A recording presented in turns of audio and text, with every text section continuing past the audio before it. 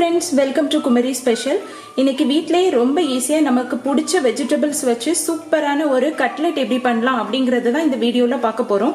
வீடியோக்குள்ள போறதுக்கு முன்னாடி இதுவரை நம்ம சேனலை சப்ஸ்கிரைப் பண்ணாதவங்க மறக்காம சப்ஸ்கிரைப் பண்ணிருங்க.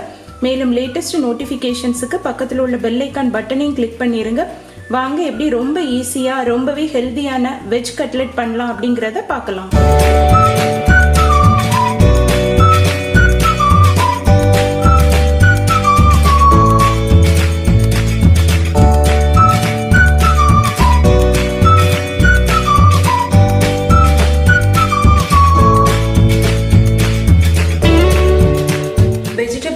பண்றதுக்கு உங்களுக்கு என்னென்ன வெஜிடபிள் பிடிக்குமோ அதையெல்லாம் கட் பண்ணி எடுத்து வச்சுக்கோங்க.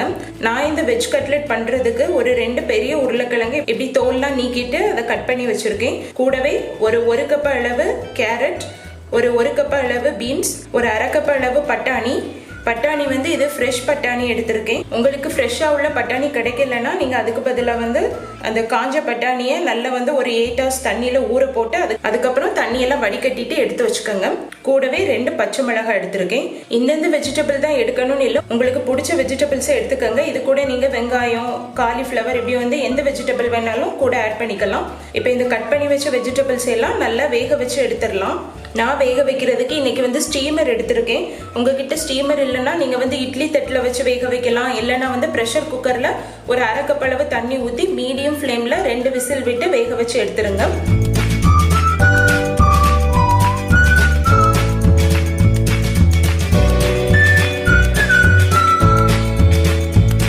இதை நல்ல குழைவா வேக வைக்கணும் தேவையில்லை.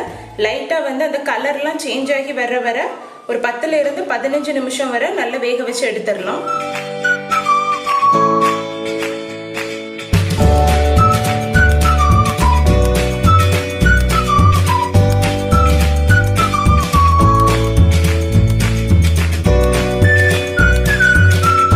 வெஜிடபிள்லாம் நல்லா குக் ஆகிட்டு அந்த வெஜிடபிளோட பச்சை வாடையெல்லாம் போய் நல்லா குக் பண்ண ஸ்மெல் வந்துட்டு இருக்கு.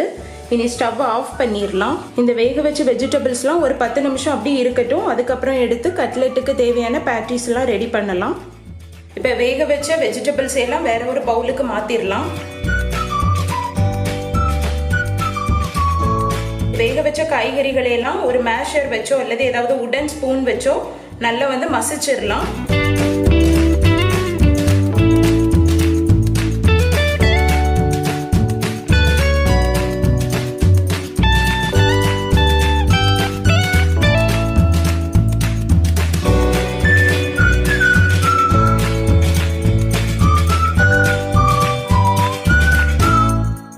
இப்படி வெஜிடபிள்ஸை ஓரளவு மசிச்சிடுங்க. இப்போ இதில் ஒரு கைப்பிடி அளவு கொத்தமல்லி இலை போடலாம். கூடவே ஒரு அரை டீஸ்பூன்ல இருந்து 3/4 டீஸ்பூன் அளவு இஞ்சி இப்படி துருவி வச்சிருக்கேன், அதையும் ஆட் பண்ணலாம். அப்புறம் ஒரு 3/4 டீஸ்பூன் அளவு கரம் மசாலா பொடி, உங்களுக்கு டேஸ்ட்டுக்கு தக்கன கரம் மசாலா பொடி ஆட் பண்ணிக்கோங்க. கூடவே ஒரு அரை கப் அளவு அவலை இப்படி பவுடர் பண்ணி வச்சிருக்கேன். இந்த அவல் உங்ககிட்ட இல்லைன்னா இதுக்கு பதிலாக நீங்கள் பிரெட் கிரம்ஸ் இருந்ததுன்னா ஆட் பண்ணிக்கோங்க. இல்லைன்னா கடலை மாவு எடுத்துக்கோங்க, இதையும் போடலாம். லாஸ்டா தேவையான அளவு உப்பு போட்டு நல்லா மிக்ஸ் பண்ணி விடுங்க.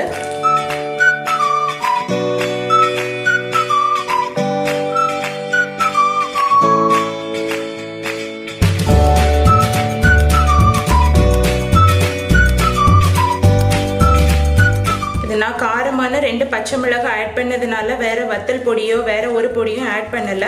உங்களுக்கு தேவைன்னா நீங்க ஒரு அரை டீஸ்பூன் அளவு வத்தல் பொடி வேணா ஆட் பண்ணிக்கோங்க.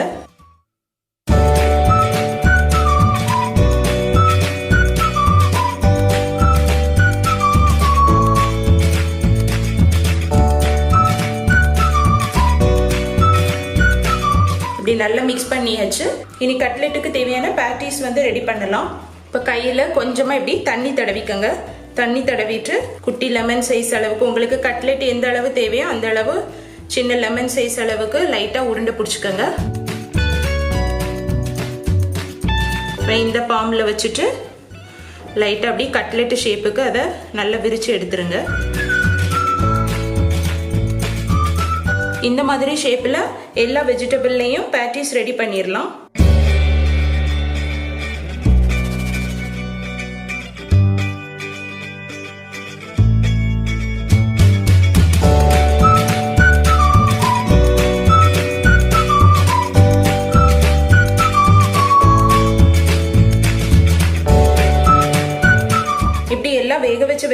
பவுல்லையும் பேட்டிஸ் ரெடி பண்ணிடுங்க. இப்போ இந்த வெஜ் கட்லெட் வந்து நமக்கு நல்ல மொறு மொறுன்னு வர அதுக்கு தேவையான கோட்டிங் ரெடி பண்ணிடலாம். அதுக்கு ஒரு பவுலில் ஒரு 2 டேபிள் ஸ்பூன் அளவு அரிசி மாவு போடலாம். இந்த அரிசி மாவுக்கு பதிலாக நீங்கள் கடலை மாவு அல்லது கார்ன்ஃப்ளவர் எது வேணாலும் யூஸ் பண்ணிக்கலாம். அரிசி மாவு தான் போடணும்னு இல்லை. இப்போ இதில் தேவையான அளவு கொஞ்சமாக தண்ணி விட்டு நல்லா மிக்ஸ் பண்ணிடலாம்.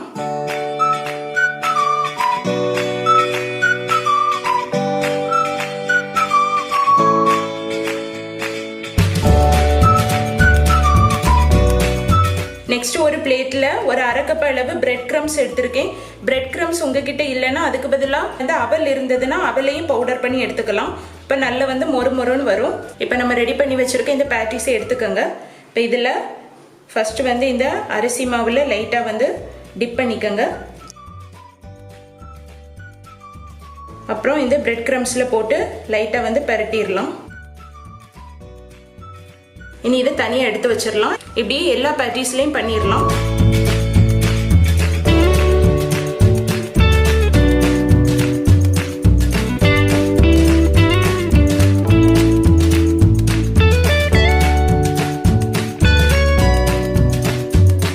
இப்படி எல்லா பேட்டிஸ்லையும் பிரெட் கிரம்ஸை நல்லா புரட்டி எடுத்துருங்க.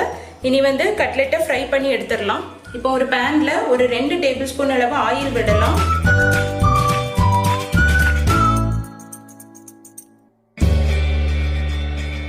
இன்னைக்கு நம்ம ஷாலோ ஃப்ரை தான் பண்றோம், டீப் ஃப்ரை பண்ண போறது இல்ல.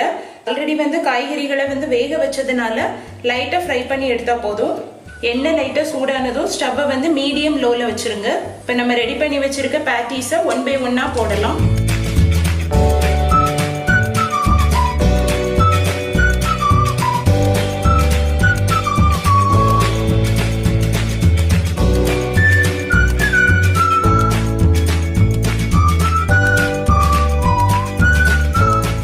ஸ்டவ்வை வந்து சிம்மில் வச்சு நல்லா வந்து ஒரு கோல்டன் ப்ரௌன் கலர்ல வர்றது வரை அதை வந்து ஃப்ரை பண்ணி எடுத்துடலாம்.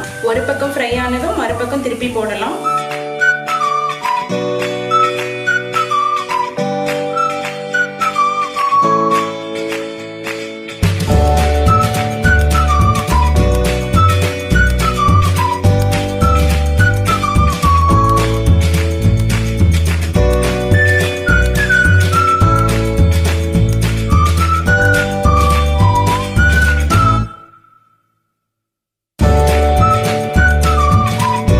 நல்ல கோல்டன் கலர்ல ஃப்ரை ஆகிட்டு இனி கட்லெட்டை எடுத்து வேற ஒரு பிளேட்டுக்கு டிரான்ஸ்ஃபர் பண்ணிடலாம்.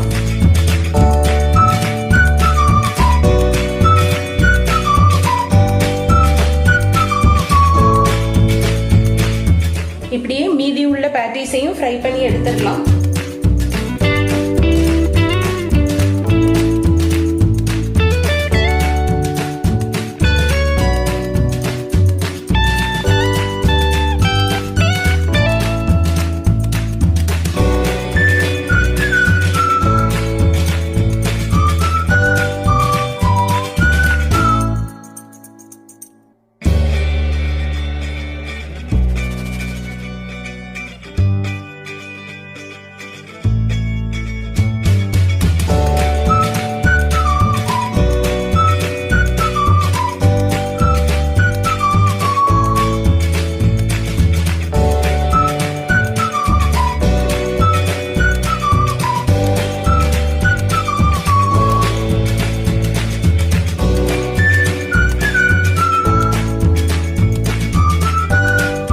எல்லா கட்லெட்டையும் ஃப்ரை பண்ணி எடுத்தாச்சு. இனி ஸ்டவ் ஆஃப் பண்ணிடலாம்.